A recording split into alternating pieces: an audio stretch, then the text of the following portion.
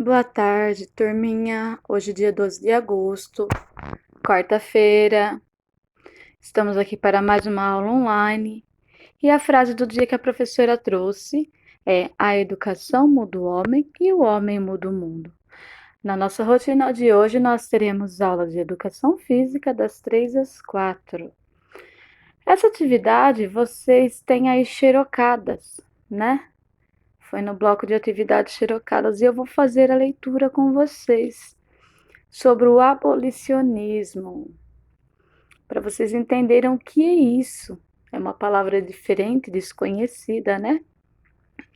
Mas é um assunto muito abordado e que nós precisamos saber, tá? A professora estará fazendo a leitura com vocês. A aprovação da Lei Áurea foi uma conquista popular. O que é uma conquista popular? Uma conquista do povo, fruto do crescimento que o movimento abolicionista teve na segunda metade do século XIX. O movimento abolicionista no Brasil agrupou pessoas de diferentes classes sociais que agiam de diversas maneiras na luta pela abolição da escravatura. Incluída no movimento abolicionista, não está apenas a ação da parcela livre da sociedade, mas também a resistência dos escravos.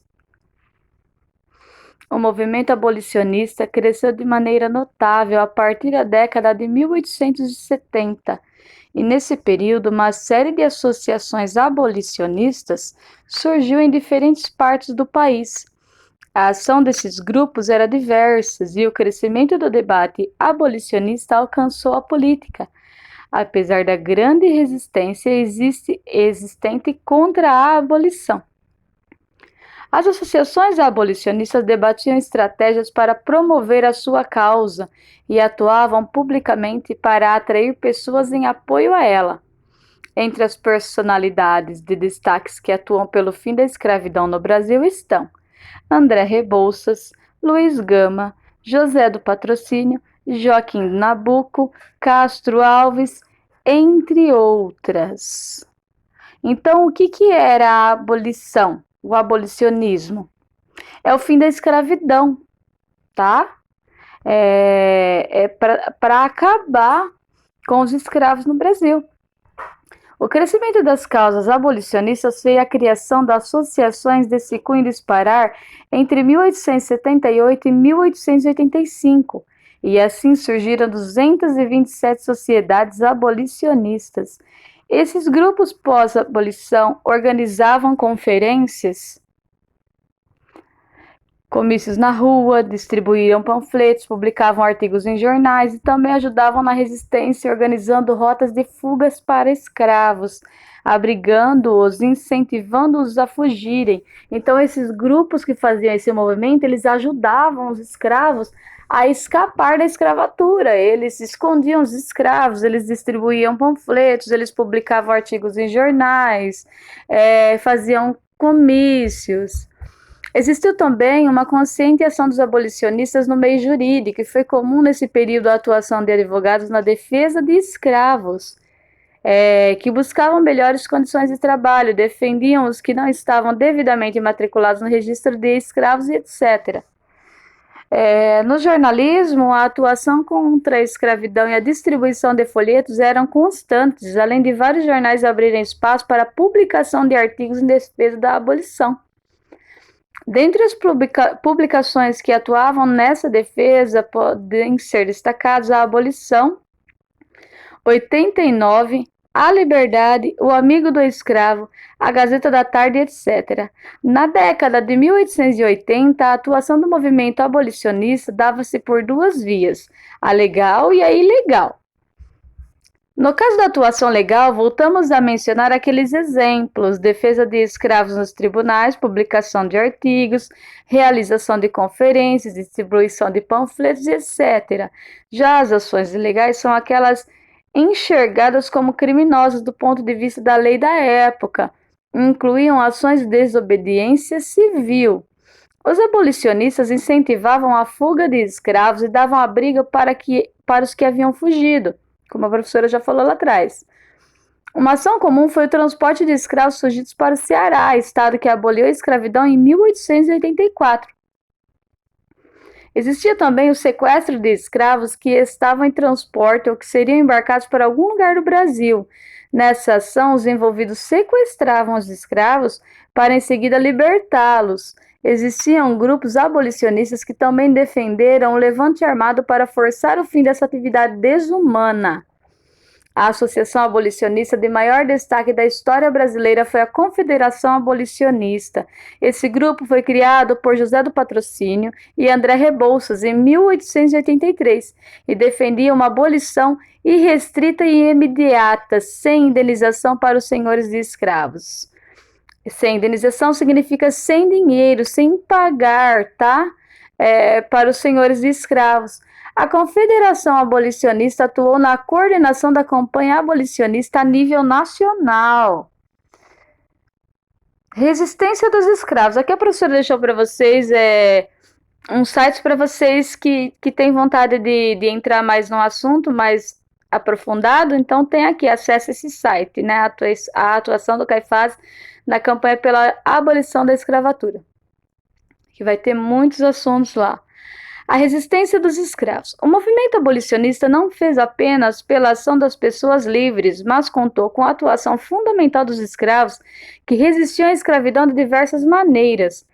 Esses muitas vezes eram incentivados a fugir, mas na maioria dos casos as fugas aconteciam porque os escravos percebiam o crescimento do movimento e sentiam-se encorajados para tanto. Então, de imediato, eles tinham medo, mas quando o movimento foi crescendo, eles foram se encorajando para fazer a fuga, né? As fugas coletivas e constantes tinham como objetivo pressionar os donos de escravos e, em outros casos, escravos, rebelavam-se contra seu senhor, o que resultava na morte desses e de sua família. Essa resistência procurava enfraquecer a escravidão para que seu fim fosse conquistado. Então, assim, muitos casos, quando os escravos se rebelavam contra o seu senhor, acabavam sendo mortos, né? Eles e as suas famílias, né? Mas a resistência ela foi enfraquecendo a escravidão para que fosse conquistado o abolicionismo, né? Os escravos que fugiam muitas vezes poderiam mudar-se para as cidades e misturar-se na multidão de negros libertos e escravizados que habitavam esses locais. Outros, por sua vez, preferiam mudar-se para os quilombos. O que são quilombos? Quilombos eram comunidades de negros, de pessoas pretas. O termo correto, pessoal, é preto. Porque quando a gente vai no dicionário procurar negro, negro significa maldito, né? Escuro. E não o símbolo é preto, tá? Então, assim, os quilombos faziam parte das comunidades de pessoas pretas, né?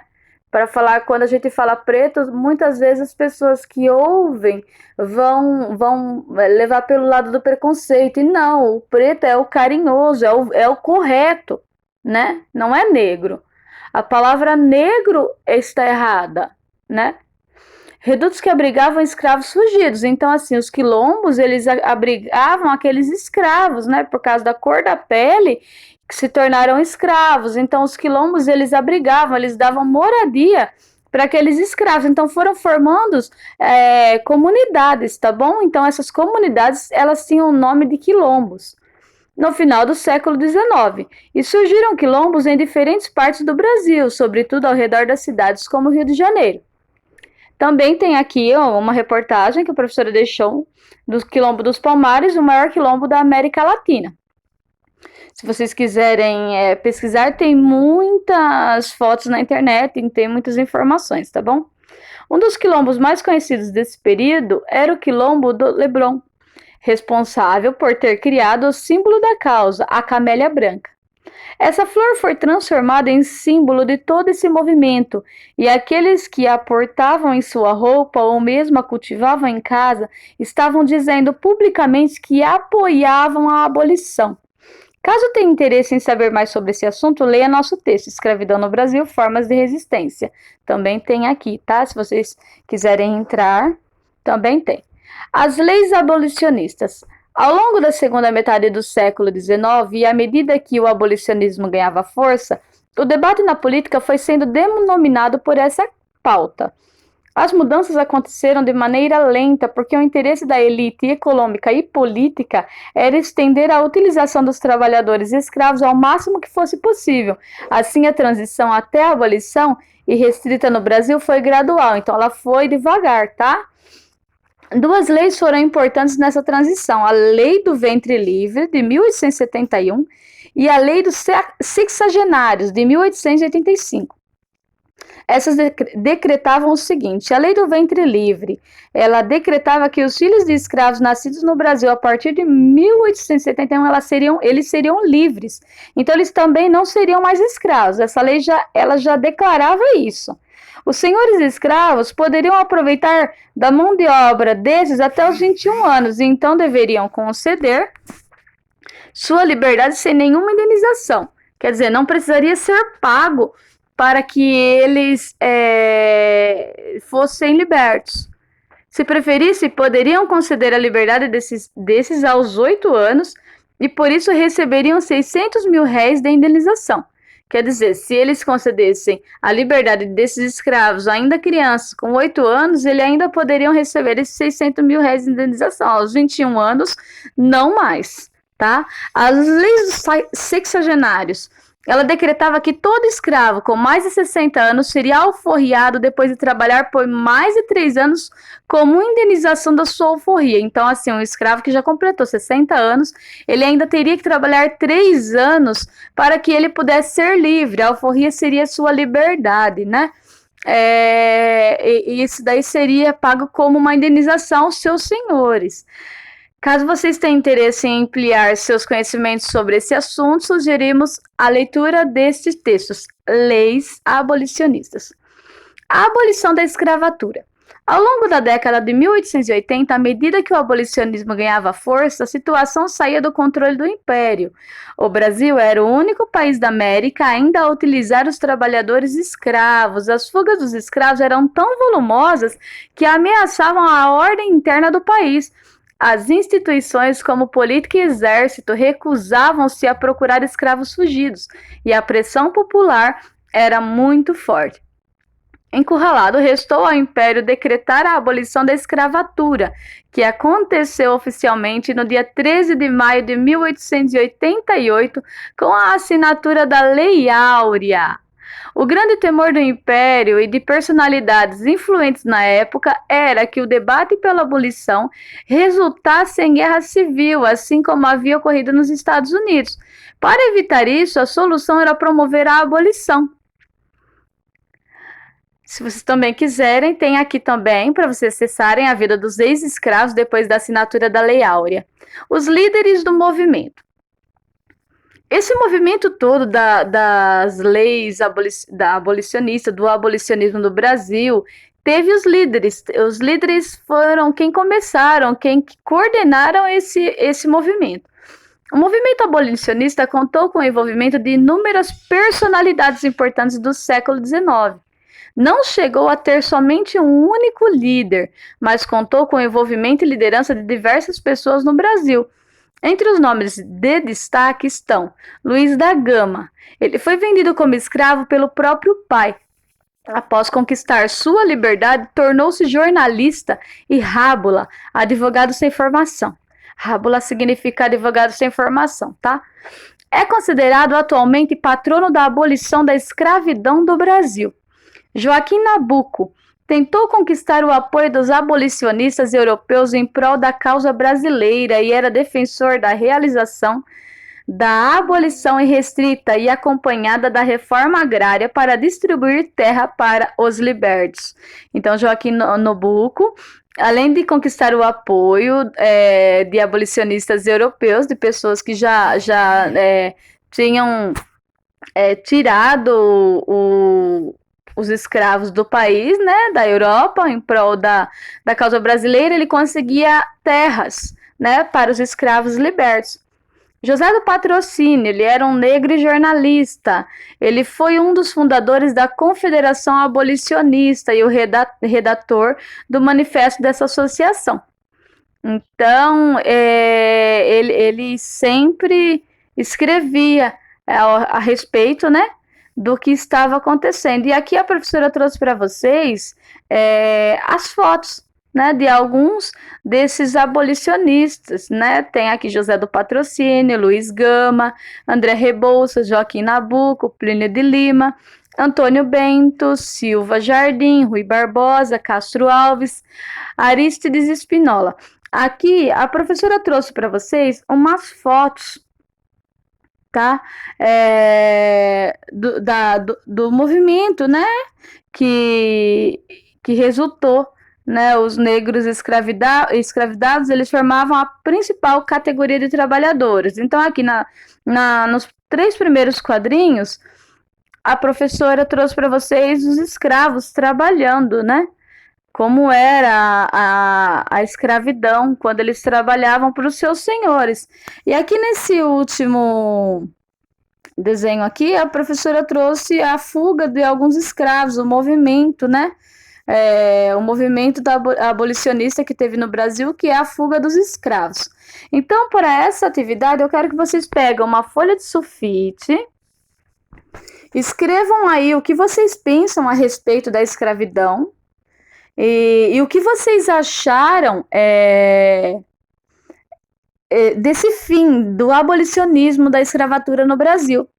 E a partir dos desenhos apresentados abaixo, eu quero que vocês façam um desenho de como você imagina que foi esse processo de escravidão e esse processo de libertação, tá? Essa fuga, esse movimento, se foi um movimento fácil. Então, eu gostaria que vocês caprichassem no desenho aí, na imaginação de vocês, e fizessem uns desenhos e postassem aqui no grupo para a professora. É uma atividade bem gostosa de fazer, né? Vai ser rápido, né? E é um assunto muito interessante abordado no dia de hoje, né? Um assunto muito importante para a cultura brasileira, porque a nossa raça, ela é uma mistura de povos que são brancos, índios e negros, né? Então é importante nós sabermos sobre todo esse processo que foi concedido, né, nesse movimento. Então, a professora abordou esse tema na tarde de hoje para que vocês possam interagir com essas histórias, né, passadas aí no século XIX, né? E eu gostaria que vocês dessem a opinião de vocês a respeito e fizessem bem bonito um desenho aí numa folha de sulfite, pintassem colorido e postassem aqui no grupo, tá bom? Essa nossa aula de hoje, o vídeo está comprido, mas vale a pena, tá bom, pessoal? Uma boa tarde, uma ótima aula.